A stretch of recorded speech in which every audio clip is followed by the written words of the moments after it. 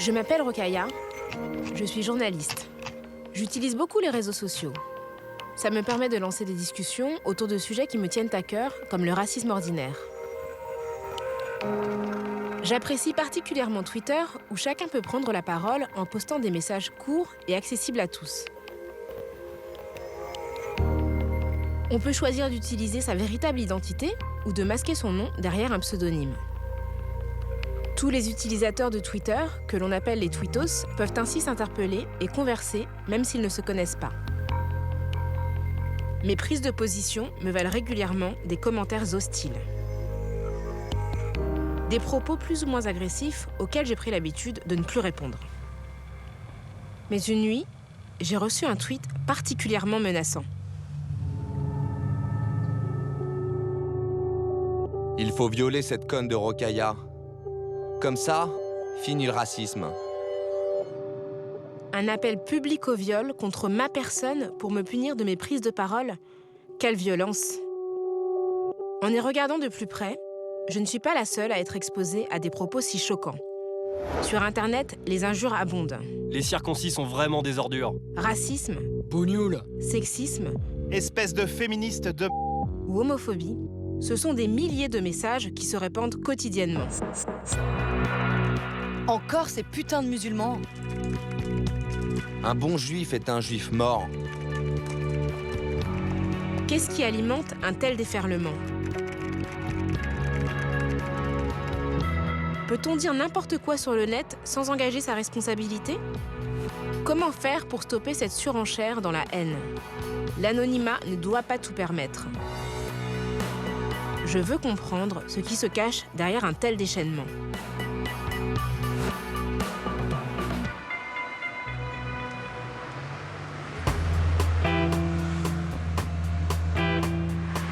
Dans la rue, personne ne se permettrait de tels propos. Le monde virtuel est-il si différent du monde réel?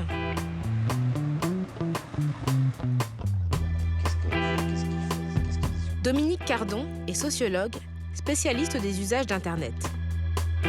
Il décrypte l'influence des réseaux sur la libération de la parole. Je voudrais savoir si vous pensez que l'arrivée d'Internet a transformé les comportements. Oui, dans la prise de parole publique, dans les médias traditionnels, il y a une exigence très forte qui pèse sur la personne qui va parler. Cette exigence, c'est de se présenter, d'être responsable de ses propos, sans émotion, avec de l'argument. Du coup, ces conditions sont socialement discriminantes. Il y a des gens qui peuvent plus facilement parler en public que d'autres. Alors, ce qui se joue avec Internet, c'est qu'effectivement, on a transformé les conditions de la prise de parole publique en autorisant un relâchement de l'énonciation. Et on peut parler de façon anonyme. L'anonymat est une des conditions qui rend possible la désinhibition de la parole. Du coup, effectivement, ça permet de profiter du voile qu'offre l'anonymat pour proférer des propos injurieux, racistes, antisémites, délirants, de toutes les manières.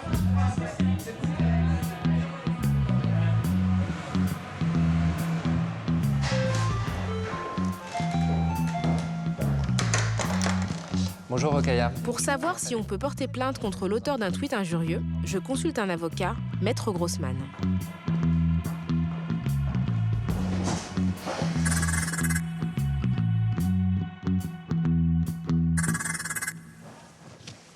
Et dites-moi ce que vous avez reçu exactement. Je vais pas vous le dire, je vais vous le faire lire. Donc j'ai reçu ça en fait. Alors, donc c'est un certain FLNM 93 qui vous dit « Il faut violer cette conne de Rokhaya, comme ça finit le racisme Ouais. ». Bon, déjà, première analyse, cette conne, donc c'est une injure, il n'y a pas de débat. Et il faut violer, ça c'est une incitation à commettre une infraction sexuelle, en l'occurrence un viol. C'est une infraction très sévèrement sanctionnée par 45 000 € d'amende et 5 années d'emprisonnement. D'accord. Voilà, Et donc même vous sur avez- Twitter, ça change rien. Alors, absolument, le message a été reçu sur le fil public, le Twitter, on est bien d'accord. Oui, oui. Ce n'était pas un message privé.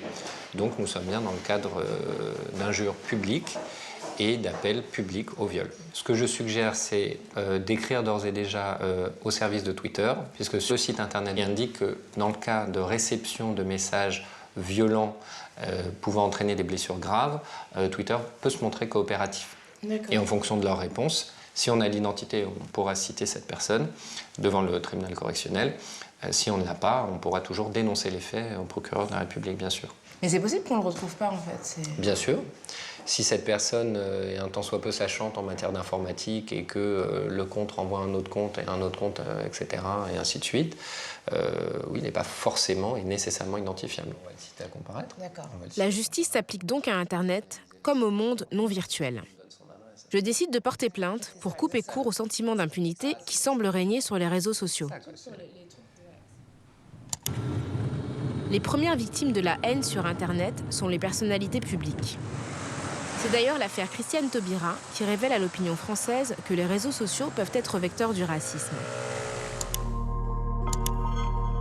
Une candidate du Front National aux élections municipales a publié sur son profil Facebook des photos comparant la ministre de la Justice à un singe. Une élue UMP a utilisé son image pour parodier la publicité Banania.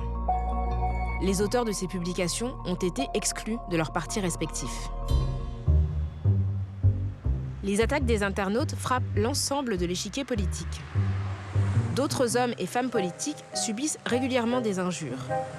C'est le cas de Christine Boutin, connue pour ses prises de position conservatrices. C'est parfois très violent, l'appel au meurtre, sur mon physique, sur ma famille, sur mes enfants. Tout ça, c'est excessivement dur. Est-ce que vous pouvez montrer quelques tweets que vous avez reçus ? Oui, bien sûr.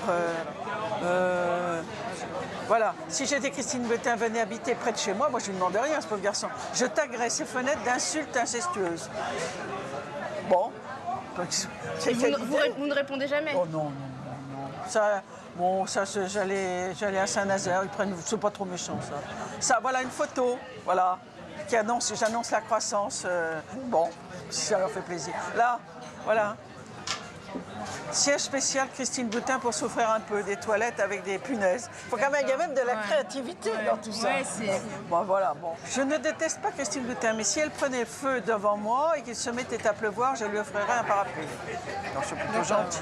Voilà. Si vous trouvez ça gentil ? Bon, oui, non, c'est pas... Je relis de la grosse connasse de Christine Boutin et j'ai envie de tuer tout le monde. Voilà. D'accord. Mais quand même... Ça ne vous affecte pas ? Non. Si vous voulez, moi je suis chrétienne, et j'essaie de vivre ma foi et je leur pardonne. Je ne vais pas plus loin, mais c'est très violent.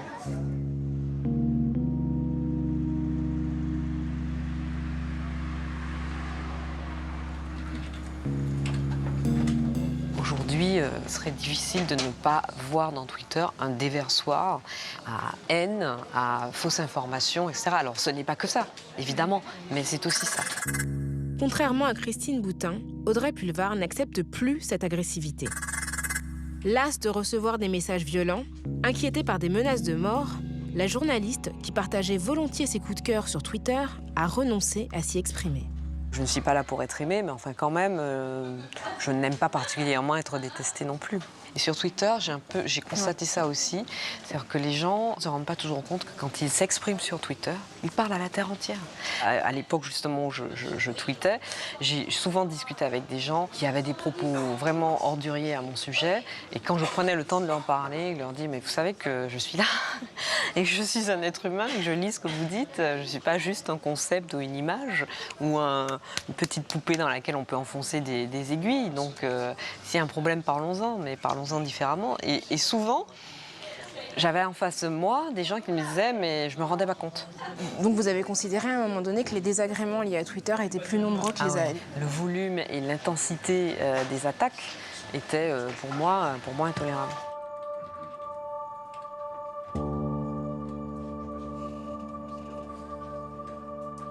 Les médias très interactifs comme Twitter sont assez peu adaptés aux personnalités. Auparavant, ce qu'on pouvait dire d'insultant, d'injurieux, d'admiratif, on ne l'envoyait jamais à la personne parce qu'on n'avait pas de moyen de l'accrocher. Et tout d'un coup, il y a ces focalisations de discours qui doivent être très éprouvants en fait, pour les personnalités. dans lequel ils se prennent tout et n'importe quoi qui leur arrive dessus. Mais sans doute que c'est très peu représentatif de la réalité de l'effet qu'elle provoque, parce que ce qu'on voit, c'est les signaux extrêmes. Et ce qui est très frappant, c'est que dans ces systèmes d'insultes et d'injures, il y a une sorte de mimétisme de l'injure. C'est-à-dire si l'image de quelqu'un a été profanée par un, ça donne à d'autres le sentiment autorisé de pouvoir eux aussi jeter leur venin dans ces affaires. Mais les personnalités ne sont pas les seules à subir le harcèlement sur Internet. Cette jeune femme de 23 ans est connue sur Twitter sous le pseudonyme de Marlar. C'est une gameuse, une passionnée de jeux vidéo qui baigne au quotidien dans ce que l'on appelle la culture geek. Un jour, on lui signale l'article d'un magazine consacré à Lara Croft, l'héroïne bien connue des adeptes de jeux vidéo. Marlar est alors interpellée par la tonalité de cet article qui fait l'apologie des violences contre les femmes. Et le journaliste, en fait, se faisait tout un trip, une sorte de fantasme sur le fait qu'en gros, on allait pouvoir remettre Lara Croft, donc l'héroïne, à sa place, qu'elle allait se faire violenter, qu'elle allait subir des violences sexuelles, etc. Et ça le faisait vraiment triper. Il disait « Ah oui, moi je suis un pervers, ça me plaît, on va pouvoir remettre la bimbo à sa place, etc. » Bon, bref. Donc ça m'avait un peu énervée, et donc j'avais écrit ça, voilà. Donc ça, c'est la couverture très très classe, tu vois, de l'époque. Voilà, Lara a vu le loup. Et donc j'avais mis des citations. Il faut malmener l'héroïne tant que peut être une actrice de gonzo SM, donc de porno. Marlar publie sur son blog un article très fouillé sur l'univers machiste des amateurs de jeux vidéo. Elle y dénonce les représentations sexistes, les violences misogynes et la difficulté pour les femmes d'être acceptées dans ce milieu. Son article connaît un succès retentissant sur la toile. Il est relayé au-delà de ses attentes. J'ai eu en fait pas mal de gameuses, donc des femmes qui m'ont écrit pour me dire merci d'avoir écrit ça, et qui m'ont écrit des mails fleuves pour m'écrire leur propre expérience du truc, donc leur propre témoignage. Et j'ai eu en fait pas mal de garçons qui m'ont écrit pour me dire mais j'y avais jamais pensé ou j'avais jamais fait attention. Enfin super, hein, ça fait chaud au cœur. Et puis t'as eu donc beaucoup de réactions négatives. J'aurais du mal à te donner un pourcentage en fait négatif positif, parce que c'est toujours quand tu le prends de plein fouet, c'est toujours assez subjectif. Et en plus t'as tendance forcément, une réaction négative, elle va te frapper beaucoup plus, elle va rester sur toi plus qu'un merci, c'est con, mais c'est comme ça, c'est humain. En plus, t'as plus d'inventivité dans la haine, souvent. Donc, voilà, ça c'est un type qui avait écrit sur Facebook, on devrait mettre un gros concombre dans le cul de Marlar. Si ça tenait qu'à moi, ces grosses dindes seraient déjà stérilisées, féministes de merde, toujours là pour trouver des poux n'importe où. Ok, t'es célibataire, lesbienne et moche, mais c'est pas une raison de nous péter des couilles bien viriles.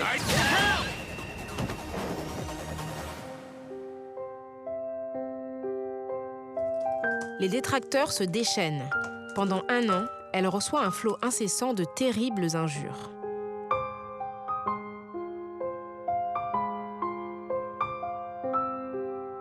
Les réactions que j'ai eues, ça te bouffe, quoi. C'est-à-dire que je te dis dans ta tête qu'il y a des gens qui ont pris le temps de s'asseoir et d'écrire, en fait, de t'écrire pour t'expliquer à quel point t'étais méprisable, à quel point t'étais une personne vraiment pathétique, et à quel point ils te haïssent et qu'est-ce qu'ils voudraient te faire, en fait, si tu croisais. C'est quand même assez impressionnant à imaginer. Et donc, tu te couches là-dessus, tu te lèves le matin et tu regardes la dizaine de réactions que tu as eues pendant la nuit qui sont pareilles. Donc, c'est vraiment perpétuel. Certains sans arrêt, avec des gros pics. En plus, à un moment, comme ça a fait du bruit, du coup, je suis allée, par exemple, sur Arrêt sur Image, etc., pour m'en parler. Ou dans des journaux, il y avait des photos. Donc, à un moment, on m'a vu. Donc là, on a eu un nouveau pic avec tout ce qui est les remarques sur le physique. Quand on voit sa gueule, on comprend pourquoi elle se sent défavorisée. En même temps, vu sa tronche, on comprend qu'elle n'ait pas été choisie comme modèle pour les héroïnes de jeux vidéo. En plus, du coup, au travail, t'en reçois encore dans tes mails, tu vois, donc t'envoies. Des fois, t'es super mal au travail, et des fois, tu vas dans la toilette pour pleurer, tu vas au travail, parce que voilà. Et c'est un peu dur à expliquer à des gens qui ne le vivent pas, en fait, le côté vraiment permanent. Et la masse, c'est-à-dire que c'est toujours des gens différents. Ce serait 2-3 personnes, tu vois. Bon, tu dis, c'est des cons, c'est pas grave, mais le côté vraiment massif, la nuée. C'est du harcèlement. Oui, c'est ce qui fait le harcèlement, c'est la masse. Et à un moment, t'as l'impression que tu vas sortir et que les gens ils vont lancer des pierres, quoi. Que vraiment, ça devient un jeu, mais le but aussi, c'est de t'user, de te faire taire, parce que c'est ça, quoi.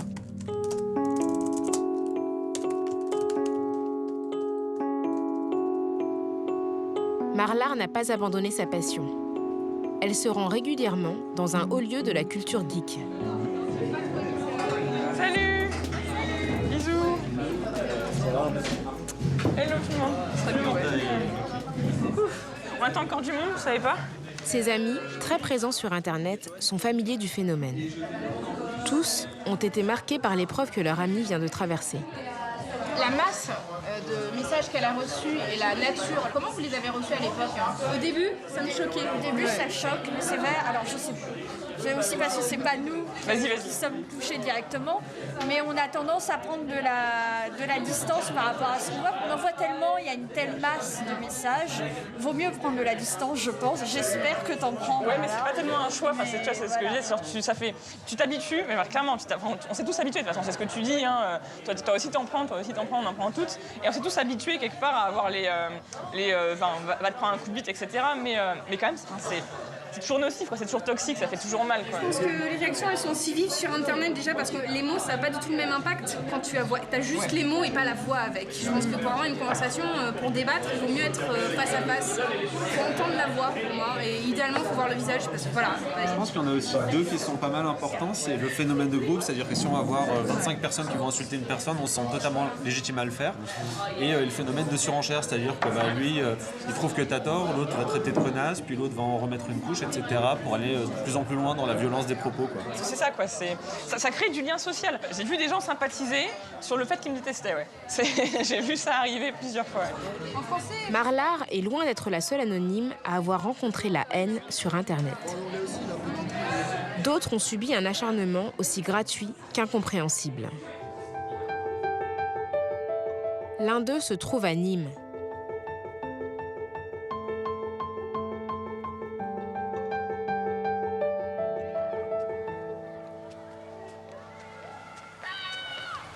Claude Mathieu est un père de famille dévoué qui profite de chaque instant passé aux côtés de ses enfants. On va le voir, oui. Ouais. Il y a Iliane, 9 ans, et son frère aîné, Ryan. Alors, Yano, fais voir là mes mains. Hop là, ça va, elle a une belle figure quand même.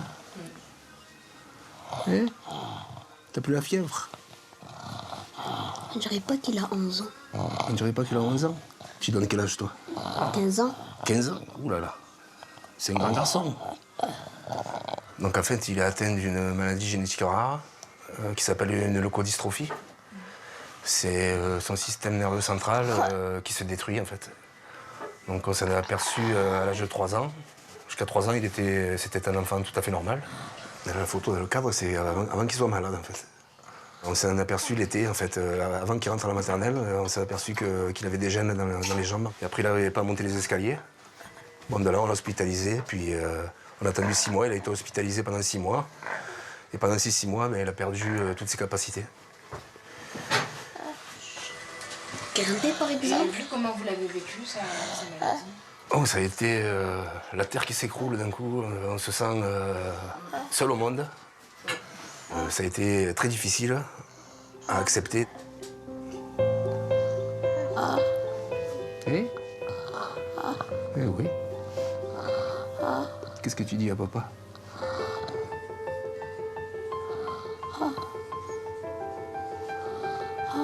On est gâté de papa.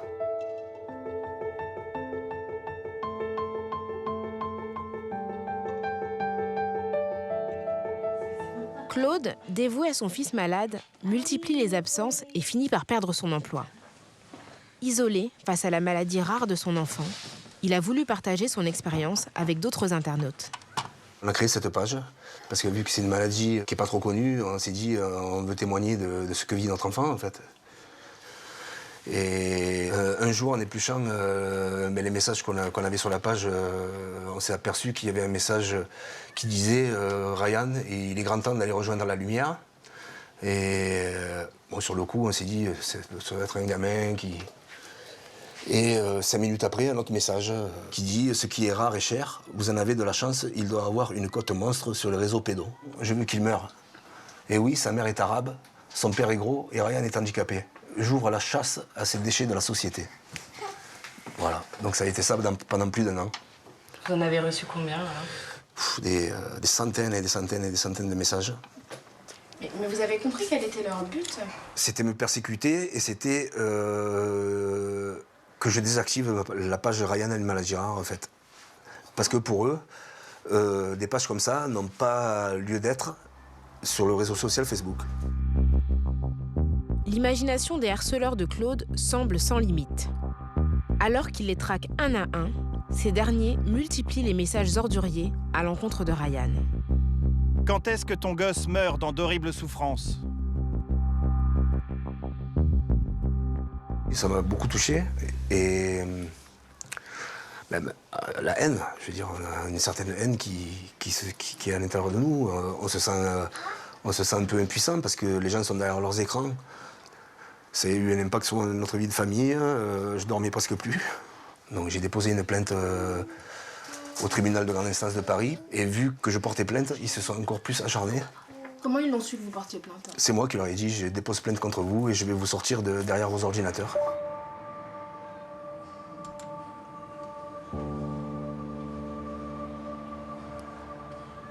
Quand elles ont été identifiées par la justice, j'ai reçu une lettre comme quoi une des personnes ne pouvait pas assister au jugement, au tribunal, parce qu'elle était enceinte. Et cette même personne souhaitait la mort de mon enfant. Salvana a été reconvoquée avec une personne du Pas-de-Calais, donc c'était un garçon d'une vingtaine d'années, 25 ans, et une jeune fille qui doit avoir 28-30 ans à peu près. Vous les avez rencontrés? Je les ai rencontrés. Qu'est-ce que ça vous a fait? Ça m'a fait un bien terrible parce que je n'arrêtais pas de leur dire un jour je vous verrai entre quatre yeux et ce jour-là votre regard enverra si vous me regarderiez. Et c'est vrai qu'ils étaient mal à l'aise quand j'étais devant eux, ils avaient le regard qui fuyait. Ils n'ont pas été, pour moi, ils n'ont pas été sanctionnés comme il aurait fallu qu'ils soient. Qu'est-ce qu'ils ont eu comme sanction? Ils ont eu des travaux d'intérêt généraux auprès de leur commune. Donc on n'a pas reconnu votre préjudice? C'est pour ça que je vous dis, pour moi, ça n'a pas été vraiment un jugement équitable.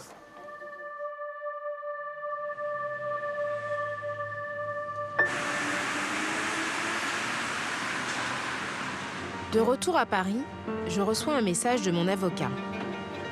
Twitter a refusé sa requête. Pour l'entreprise américaine, il n'est pas question de révéler l'identité d'un utilisateur sans contrainte judiciaire. Et ce, quels que soient ses propos.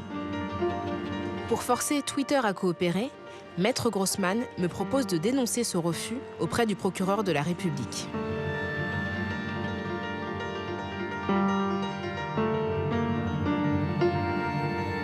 Quelques semaines plus tard, grâce à l'insistance de mon avocat, le procureur s'autosaisit et déclenche une enquête.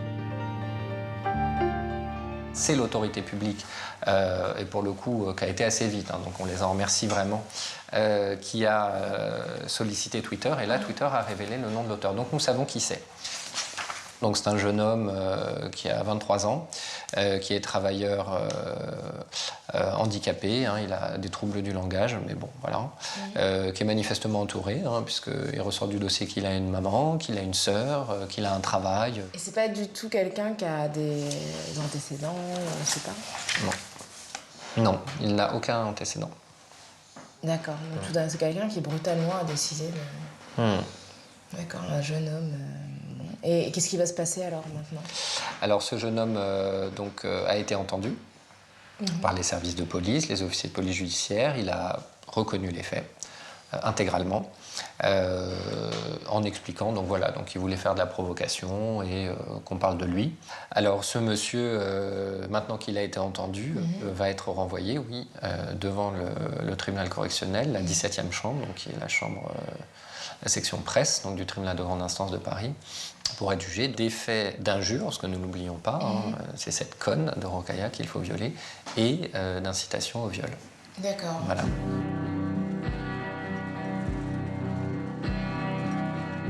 Je ne suis pas la première à engager un bras de fer avec Twitter. Bien avant que je ne porte plainte, une autre affaire a fait beaucoup de bruit. Sur Twitter, il est possible de lancer des sujets de conversation à partir de mots-clés que l'on appelle hashtags. Un jour de 2012, le hashtag Un bon juif a fait son apparition, attirant l'attention de plusieurs associations antiracistes. Parmi elles, l'Union des étudiants juifs de France, l'UEJF, dont le président Jonathan Ayoun garde un souvenir vif de la bataille menée contre Twitter.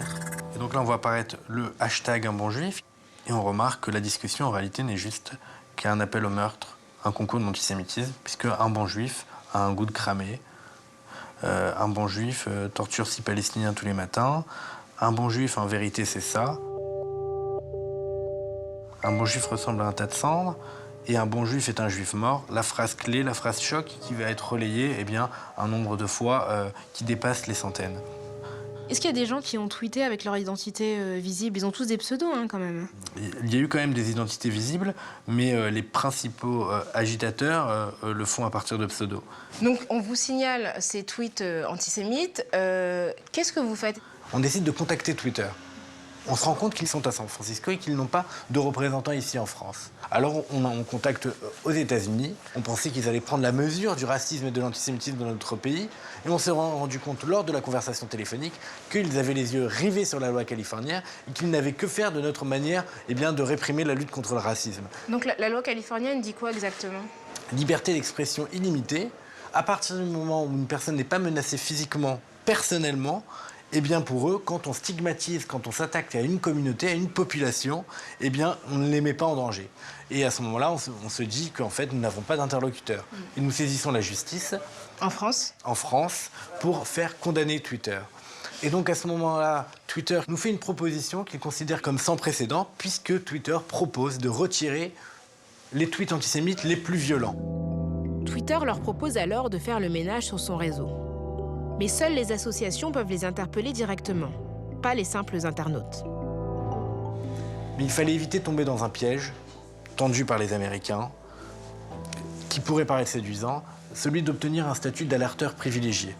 En gros, de proposer à quelques associations de devenir les éboueurs du net et, par un lien privilégié de complicité avec Twitter, pourrait obtenir à n'importe quel moment le retrait d'un tweet.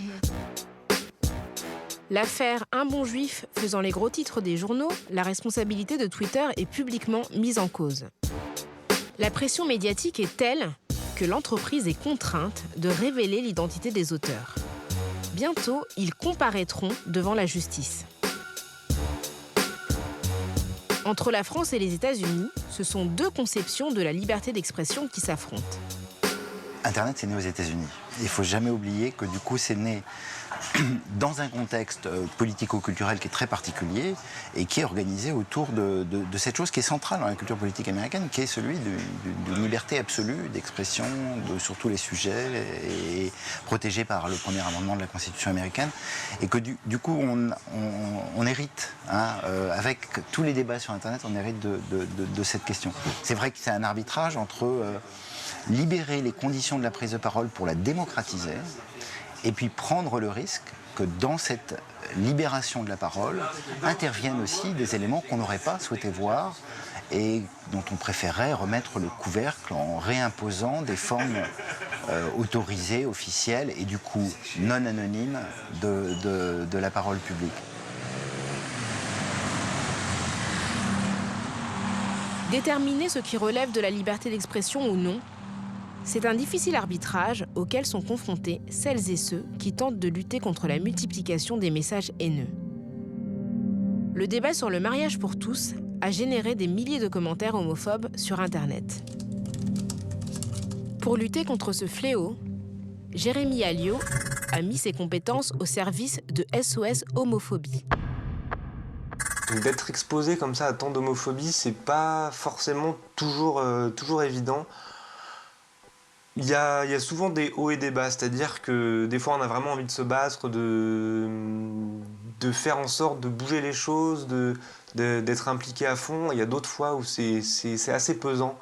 Il y a vraiment beaucoup de haine pour quelque chose qui nous semble tellement incroyable. Vous croyez que je vais en prison si je mets team homophobe ou on va te signer comme un gay entêté. Donc ce qu'on va faire, c'est qu'on va prévenir Twitter. Pour signaler un tweet, Jérémy doit remplir un long formulaire. Donc cet utilisateur tient des propos vraiment offensants mais ne m'envoie pas de réponse. Avez-vous donc déjà bloqué la personne? Non. Quand cela a-t-il commencé? La description du problème. Donc il semble que ces propos homophobes dépassent les limites de la liberté d'expression encadrée par la loi du 29 juillet 1881. La loi de 1881 sur la liberté de la presse régit aussi la liberté d'expression sur Internet. Elle y interdit les injures et incitations criminelles. Donc on envoie. Donc après, il n'est pas dit qu'il sera supprimé, c'est au bon vouloir de Twitter. Ce qu'on arrive à avoir fréquemment, c'est à obtenir le fait que le tweet soit bloqué depuis la France, c'est-à-dire non visible en France, mais visible partout dans le monde. Donc c'est une petite victoire, mais une victoire quand même. Tous les mois, Jérémy se réunit avec d'autres militants de SOS Homophobie pour traquer les propos homophobes publiés sur le net. Et là, attends, j'accepte. Salut! Je suis filmé, en train d'être filmé par une caméra. Ouais, c'est beau, hein. Je vais peut-être t'embêter pour le code Wi-Fi. Ce soir, ils seront 4, avec Anthony, Loïc et Étienne, connectés depuis le Canada, pour identifier les propos qui contreviennent à la loi. D'accord. Vraiment, à Barcelone, c'est une ville remplie de gays. Il y en a dans toutes les rues, ça m'énerve ça. Surtout que moi, team homophobe for life. Le tweet ne tombe pas pour moi sous la loi de 1881. Ah, on est limite là. On est limite. L'invitation qui est le fait qu'il y ait des homosexuels dans tous les coins de Barcelone, ce qui est probablement impossible à prouver, c'est limite. Très bien. Donc ça, je signalerai. Alors, j'en ai un, par contre, là. Donc le tweet, c'est « Je suis pas homophobe, mais je les exterminerai bien tous un par un avec une machette préalablement bien aiguisée. » Là, c'est un appel clair à la haine. On est d'accord. Et à la violence, même. Et c'est surtout manifestement homophobe, il n'y a pas de doute qu'on peut avoir, alors que le précédent tweet, on pouvait avoir... Enfin, c'était borderline. Là, on est d'accord que c'est manifestement illicite. Oui. Bah, c'est très clairement illicite. Il dit, je les exterminerai bien tous un par un avec une machette préalablement bien aiguisée. Oui. C'est quand même un appel au meurtre. Enfin, en tout cas... Ouais. Un appel au meurtre. Donc ce tweet a été signalé à Twitter. Et malheureusement, il n'a pas été supprimé. On a relancé par 2 fois Twitter et à chaque fois, on a reçu la même réponse automatique nous disant que ce tweet n'enfreignait pas les règles de Twitter. Twitter ne veut absolument pas censurer, entre guillemets, de tweets sur sa plateforme. Donc ils font tout pour éviter cela. S'ils commencent en fait à supprimer des propos, derrière il y a des ressources humaines à déployer. Et ça, bien sûr, Twitter n'a pas envie de dépenser de l'argent pour traiter nos signalements. La France est championne du monde des demandes de suppression de tweets. 87% de ces demandes émanaient de notre pays en 2013. Alors que les Français représentent moins de 1% de la population mondiale. Pourtant, les propos haineux n'ont pas disparu du web français. La censure est-elle vraiment la solution ?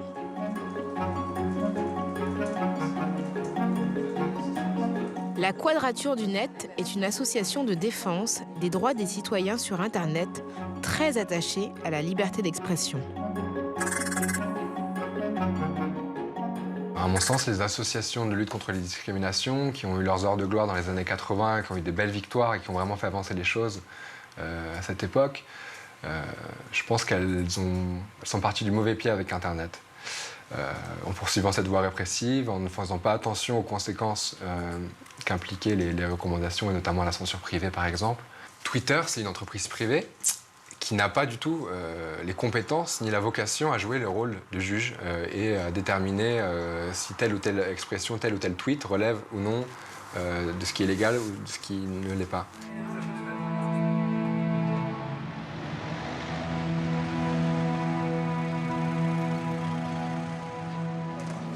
Aujourd'hui, ce sont bien des juges qui vont se prononcer lors de l'audience. Bonjour. Ça va? Très bien, merci. Parfait. Bon, alors, c'est un peu étrange de se retrouver là. Bien sûr. À la fois, je suis impatiente d'entendre ce qui va se passer, et en même temps, de mettre un visage sur ce dos, c'est troublant. C'est vraiment troublant. C'est jamais anodin pour les victimes d'être face à leur agresseur.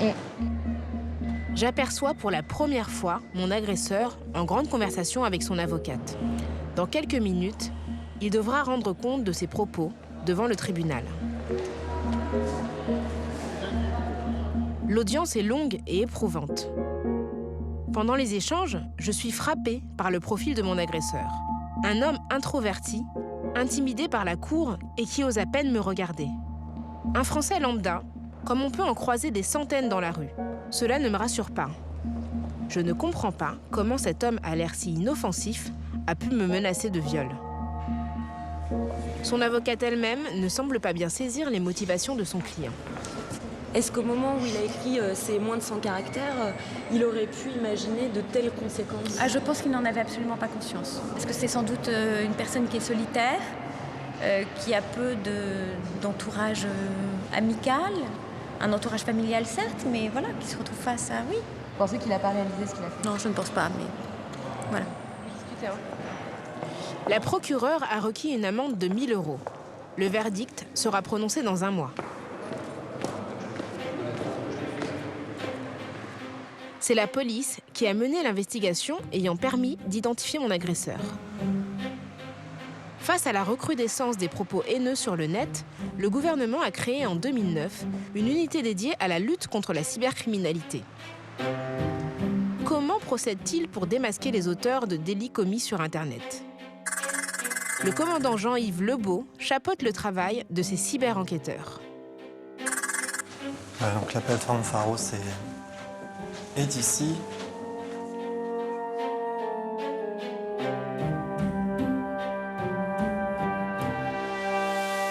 La plateforme Pharos, c'est l'unité qui traite les signalements qui sont envoyés par le public et par des professionnels sur internet-signalement.gouv.fr. Oui, il y a l'adresse ici. Il y a l'adresse ici.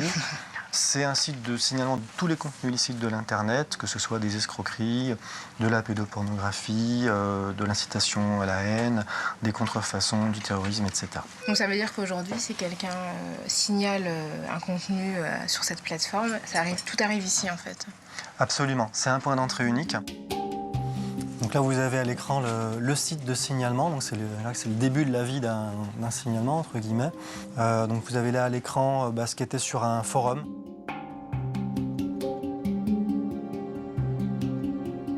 On a fait un travail assez classique, techniquement, de recherche auprès de l'hébergeur, et puis ensuite une démarche auprès des fournisseurs d'accès à Internet. Et à partir de ce moment-là, on passe la main. En l'occurrence, nos collègues ont reçu notre dossier et sont allés entendre cette personne pour qu'elle s'explique sur ces faits. Et puis, au cas par cas, après, il peut y avoir une perquisition, voire, si nécessaire, une garde à vue. Non. Alors sinon, au niveau des... T'es de permanence cette semaine ou t'es sur les enquêtes Non, je suis sur les enquêtes. T'es sur les enquêtes de fond. On a combien de signalements là dans l'espace de réception? 3600. Ah, grosse semaine, 3600. Cette année, Pharos a traité 153 000 signalements. Mais face aux 40 millions d'internautes, les ressources de la brigade, composée seulement de 12 policiers, semblent bien limitées. Les moyens de la République ne suffisent pas à lutter contre la haine sur Internet. D'autres acteurs, privés, sont autrement mieux dotés. Cette société est employée par des médias pour effacer les commentaires injurieux sur leur site. C'est ce qu'on appelle la modération. Là, on va entrer dans la tour de contrôle de Nettino, une des tours. C'est un endroit dans lequel on contrôle tout ce qui se dit sur les espaces de dialogue que l'on modère. Il faut savoir qu'on a plus de 150 modérateurs qui sont répartis un petit peu partout.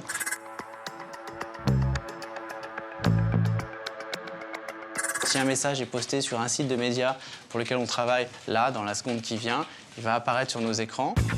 Nettino travaille pour de grands médias tels que Le Monde, France Télévisions ou L'Express. Contrairement aux réseaux sociaux, ils sont éditeurs et de ce fait légalement responsables des contenus publiés sur leur site. Leurs articles peuvent être commentés par les lecteurs. Pour éviter les débordements, le rôle des modérateurs est d'éplucher tous ces commentaires pour supprimer les plus virulents.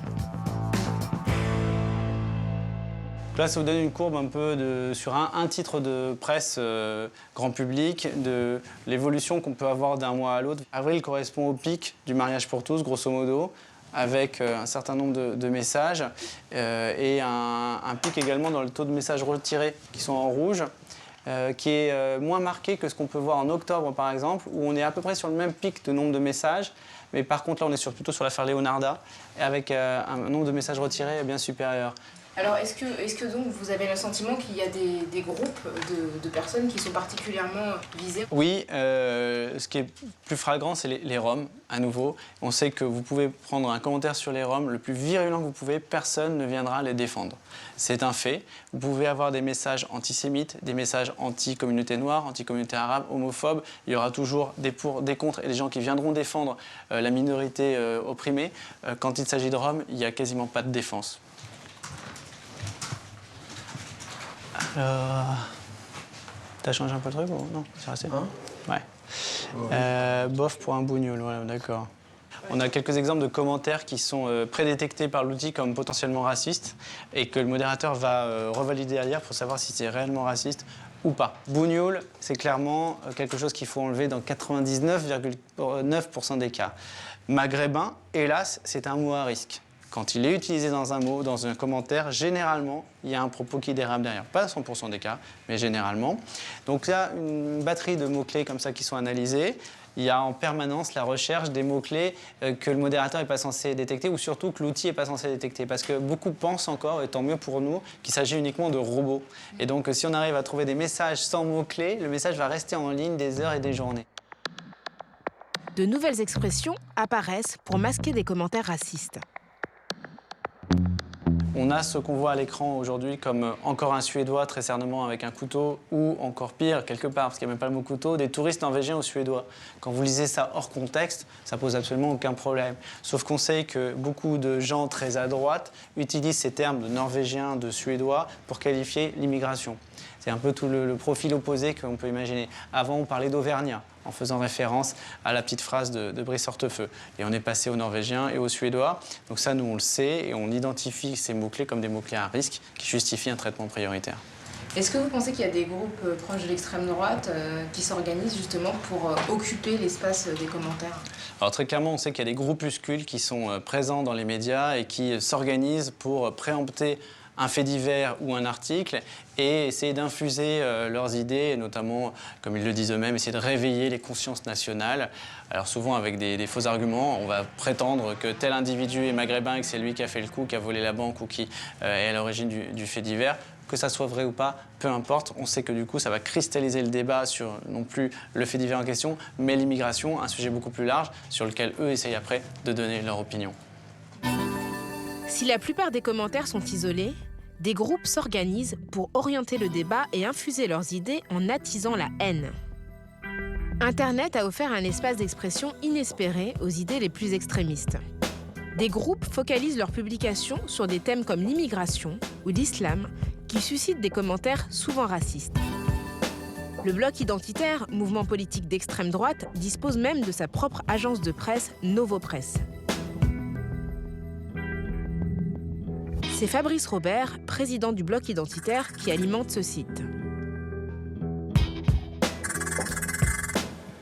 Par rapport à Novopresse, quand je dis Novo c'est refaire l'information, c'est réinformer. Voilà, c'est face aux médias classiques, face à la voix officielle de l'État. Aujourd'hui, il y a des médias qui réinforment, qui décryptent le discours dominant et qui proposent une autre vision des choses. Donc on a recruté des bénévoles, des militants bénévoles qui trouvent l'information, qui la publient. Donc il y a des consignes qui ont été données, bien sûr, tant au niveau de la ligne éditoriale, bien sûr, et du type de contenu qu'on veut diffuser, mettre en avant. Le contenu est ensuite relayé sur le compte Facebook de Novopresse et sur le compte Twitter de Novopresse. Et regardez, ce qui est intéressant, ce qu'on a mis sur Novopresse aussi, on peut bien sûr diffuser. Hein. Dès qu'il y a un truc qui est intéressant, on peut le retweeter. Il y a les boutons là. On peut aujourd'hui vraiment relayer un article de manière exponentielle. Là où aujourd'hui, Novopresse, c'est entre 500 et 600 000 visiteurs uniques par mois, ce qui fait un peu plus d'1,5 million de pages vues par mois. Donc on a une capacité, une force d'impact qui est assez importante quand même. 1 500 000 pages vues pour une organisation qui ne compte que 3 000 adhérents. Notre logique aujourd'hui, c'est, je vous dis, une logique de combat culturel, faire avancer nos idées, injecter un petit peu nos idées dans le champ politique, dans le débat politique français. Quand on voit Jean-François Copé, il y a 1 an et demi, qui en pleine campagne interne à l'UMP, découvre le racisme anti-blanc. Mais nous, ça fait 10 ans qu'on en parle, on est les premiers à en avoir parlé en France. Et donc, quand on voit maintenant des politiques comme Jean-François Copé qui reprennent nos concepts, pour nous, c'est une victoire sémantique. Voilà. Et donc, nous, oui, on est un petit mouvement par rapport à des gros partis comme l'UMP, par exemple, mais on a, grâce au réseau et grâce à notre imagination et notre savoir-faire, on réussit à faire passer nos idées et on réussit à jouer un rôle dans le débat politique français. Les expressions de l'extrême droite sur Internet sont diverses. Leur présence leur permet d'exercer une véritable pression sur les individus qu'ils traquent. Alain Soral est une autre figure du web réactionnaire. Il a orchestré une véritable campagne à l'encontre d'un journaliste. Qu'est-ce que la laïcité à la française? Réponse en images recueillie dans les couloirs de l'Assemblée par Camille. Frédéric Aziza a fait les frais de l'influence d'Alain Soral sur Internet. Il y a 15 mois, 16 mois, en novembre 2012, on m'a sollicité, l'attaché de presse d'Alain Soral m'a sollicité pour que je l'invite sur ce plateau, ce même plateau de la chaîne parlementaire suite à la sortie de son dernier livre. J'ai feuilleté le livre, je connaissais un peu le personnage et c'est un livre qui diffuse des messages de haine, de violence raciste, antisémite, xénophobe, homophobe contre les femmes. Et donc j'ai dit à l'attaché de presse, je suis pour la liberté d'expression, mais il est hors de question que j'invite sur mon plateau des gens qui diffusent de tels messages. Et j'ai précisé, en plus, Alain Soral diffuse des messages qui sont ceux qui ont envoyé mon grand-père, de ceux qui ont envoyé mon grand-père à Auschwitz, où il est mort en 1942. Donc s'en est suivi ensuite une campagne de haine, une campagne antisémite sur le net, et c'est comme ça que ça a commencé. En guise de représailles, Alain Soral accuse Frédéric Aziza de tribalisme parce qu'il travaille pour une radio juive. Il lance même une pétition pour demander son renvoi de la chaîne LCP.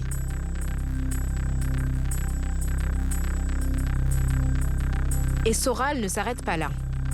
Sur son site, il se filme attaquant le journaliste en parodiant grossièrement une chanson de Daniel Balavoine.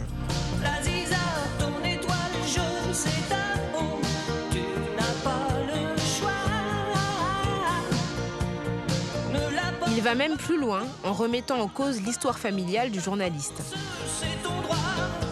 Il me semble en outre très difficile d'inviter un antisémite sur le plateau de mon émission en souvenir de mon grand-père assassiné à Auschwitz. J'aimerais bien que certains s'amusent, moi j'ai pas que ça à foutre, à chercher dans le CV de M. Aziza s'il a bien un grand-père qui est mort à Auschwitz. Je pense que c'est encore une escroquerie. Ce qu'on appelle comme il y a des escroqueries à l'assurance, il y a aussi des escroqueries à la Shoah, c'est de plus en plus fréquent. Qu'on me traite de con, ça me pose aucun problème. Mais dire que je suis un escroc à la Shoah, que j'ai menti sur la mort de mon grand-père à Auschwitz pour apitoyer les gens, ça non. Les messages se font de plus en plus menaçants. Et cet été, l'été dernier, je reçois un tweet « Au fait, comment va ton fils ?» Et là, après des menaces que j'avais eues sur Internet, là, je me suis dit, ça suffit, il faut que je réponde. Et c'est pour ça que je me suis mis à l'écriture de ce livre. Frédéric Aziza a également saisi la justice. Aujourd'hui, je me rends pour la dernière fois au tribunal pour connaître la conclusion de mon affaire. Bonjour, très bien, merci à vous. Allons-y. Oui, je vous suis. Cette fois-ci, le prévenu ne s'est pas déplacé. La décision tombe rapidement.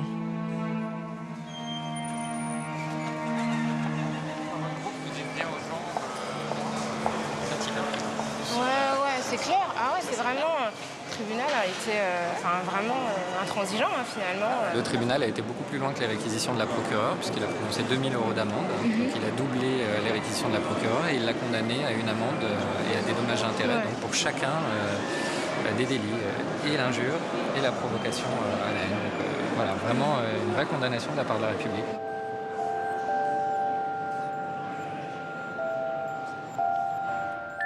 J'ai atteint mon but.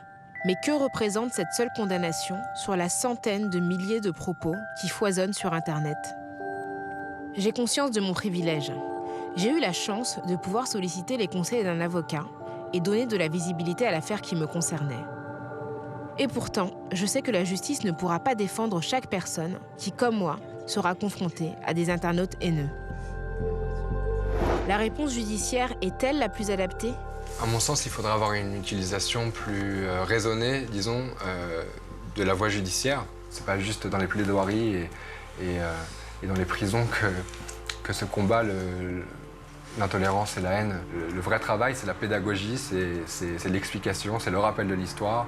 Et c'est par le discours qu'on peut changer les esprits. Et je pense que c'est de ça dont on a besoin, c'est de ça dont a besoin la société française, c'est qu'on montre qu'il y a tout un tas de citoyens qui en ont marre de ce climat d'intolérance et de ces discours de haine. Il ne s'agit pas juste de lutter contre le racisme sur Internet, mais de lutter contre le racisme par Internet. C'est la meilleure des réponses à apporter et c'est le meilleur réconfort qu'on puisse aussi donner aux personnes qui en sont victimes. Finalement, Internet n'est que le miroir déformant des tensions qui traversent notre société. Interdire l'expression de la haine ne la fera pas disparaître. C'est au quotidien que nous devons combattre ces idées qui minent le vivre ensemble.